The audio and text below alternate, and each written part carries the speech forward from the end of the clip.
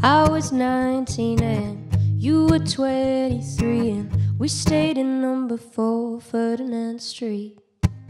We spent 5 talking about our lives, but we'd talk like that about 1,000 times, and I'm bored of all that. You used to tell me that love is a lottery, and you got your numbers and you're betting on me. You used to say that love is a game, but you got your numbers and you play it anyway. I tell you about a guy that I've been with. You ask how old is he, and I left 26 now, but he's 30. How messed up is that? I'll forget it. He says I'm a jealous man, and I don't wanna talk about that. You used to tell me that love is a lottery, and you got your numbers and you're betting on me. You used to say that love is a game, but you got your numbers and you play it anyway. Are you still betting on me? Hold on, my dear, hold on real tight.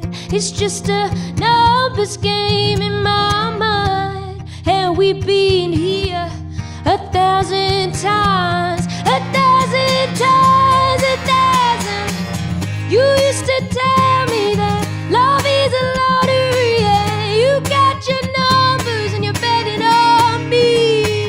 You used to say that love is a game, but you got your numbers and you play it anyway. Are you still betting on me, baby?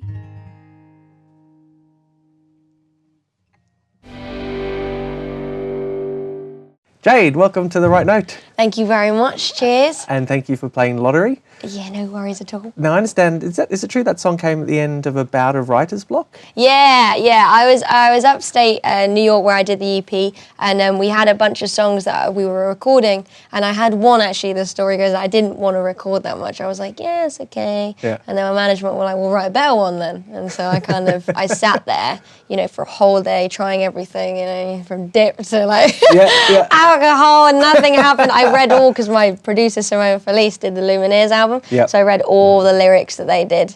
And yeah, nothing happened day 1, and then day 2, Lottery kind of fell from the sky. So, Okay. Yeah. And so the Lumineers lyrics, did they inspire you in any way, or was that? No.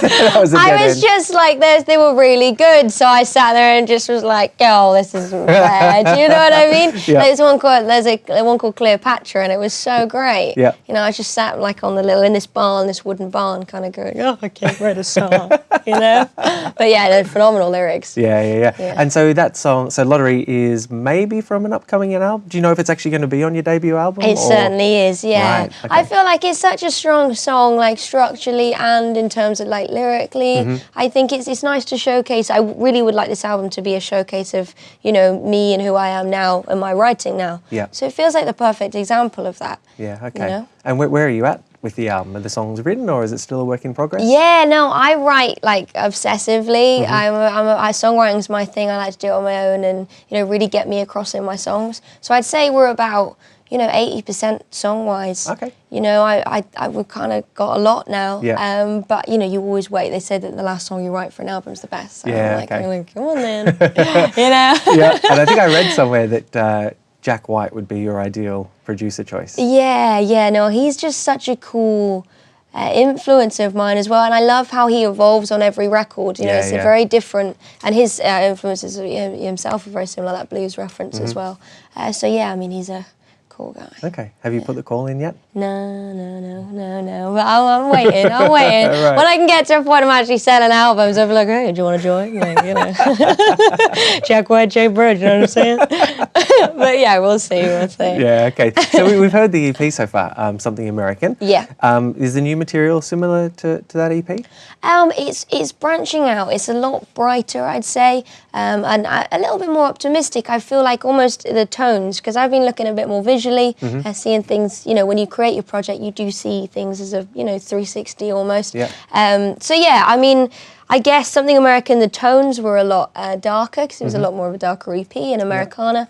And this, I feel like it's taking all my influences and throwing it into a youthful energy that I do have right now. You know, it's a female perspective, but it's kind of, I am a young female. So, you know, I think, you know, colours are brighter and chord choices and production styles. Yeah, great. Yeah. And you mentioned that Something American, I guess, kind of had that Americana feel to it. Yes, yeah. And certainly you got kind of placed in Americana / country, but it seems to me even from that EP, but certainly from Lottery, there's a lot more to you than just that one genre. I've always said that. I feel like when people can't really, you know, when it's not so boxed in, because I love so much music. You know, I listen to, you know, I was Shuggy Otis on the way here, to Whitney, which is a great band, to like, you know, soul playlist, the Isley Brothers and stuff. So I listen to everything I possibly can, to dance music I was brought up with.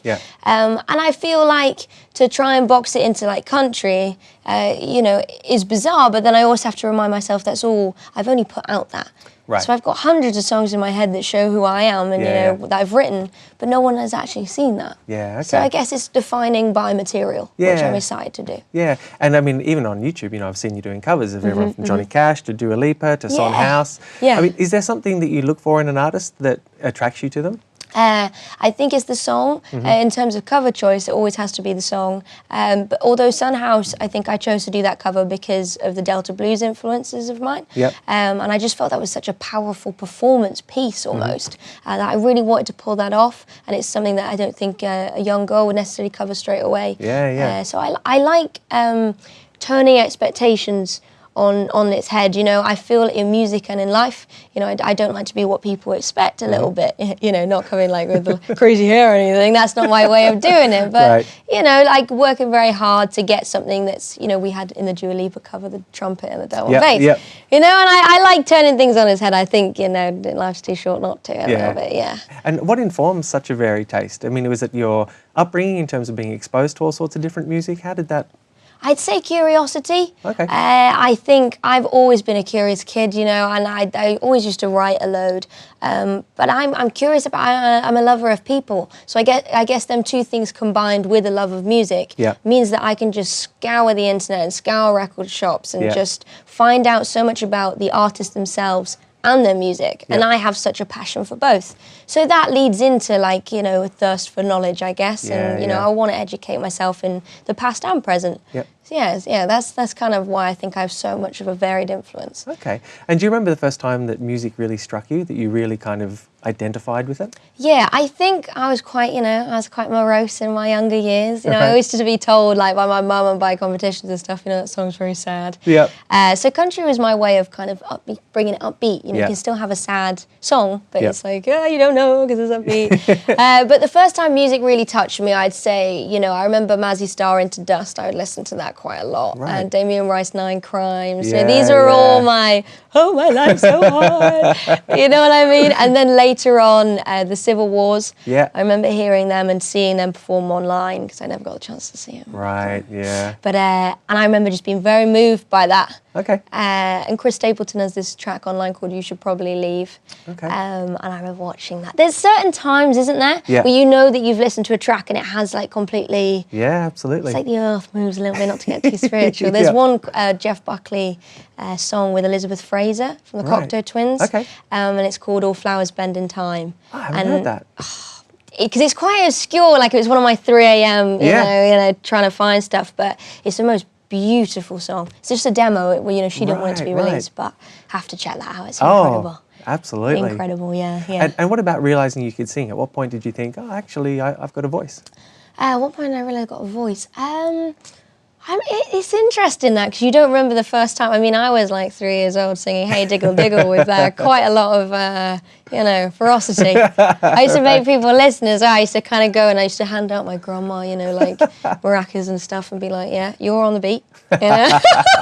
Quite a dictatorial child, but Did you ever fire any of your family members? Oh, yeah. If grandma's messed about, I'd be like, no, you know, move along. But when did I realise I could sing? I've always been quite a musical baby, I guess. But I guess competitions and gigs that I started, and when I was 12, I mean, I just started songwriting. It was a natural thing for me. Yeah. My mum was kind of very much like, oh, you're all right. Yeah, You'll get there, maybe. So yeah, something like that. And was your mum, was she a songwriter herself, or was she a singer or anything? No, my mum's like my best friend. She had me when she was like 20, and she was in the army. She met my dad in the army. Yeah. She loves her music, but I don't think, nothing. She's very creative. Right. But I guess channeling that is hard because she's a working mum, and she worked full time with me as a kid. So but she's a great human being. Okay, and because you used to do open mic nights in pubs around Wales. Exactly, yeah. How old were you when you started doing that? Like I said, I was about 14, I'd say. 14. 13, 14. I was doing like some mad Labyrinth cover or something. Really at my peak of coolness. With fairy lights in the background. Right. But I started to earn my stripes quite early on. Yeah. Yeah. Was that intimidating? Because these are pubs, are they, that you're doing this in? Yeah, I guess a little bit. I would be lying if I said I wasn't shaking or a bit nervous. And I always used to do my banter. I still do it now, but it's funny because my mum always used to be like, oh, Jade, stop chatting away, and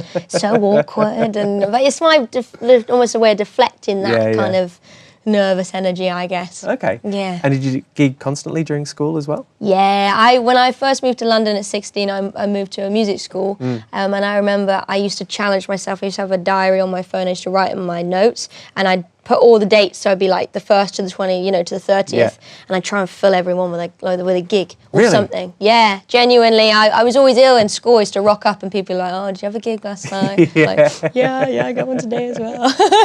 Was school not a big priority? Yeah, well, school, my mum's I've always been told I did just enough in school. Right. Do you know what I mean? I was like just enough kid because I always wanted to do other things. Yeah, and, that's probably that bit. I was like, I'm too smart for this, man. I got my own thing going on. But yeah, I loved music, so it was always hard to balance both. Yeah, right. But, And was there a moment where you thought, okay, this is actually looking like a career now? Was there a break or something which really put you in?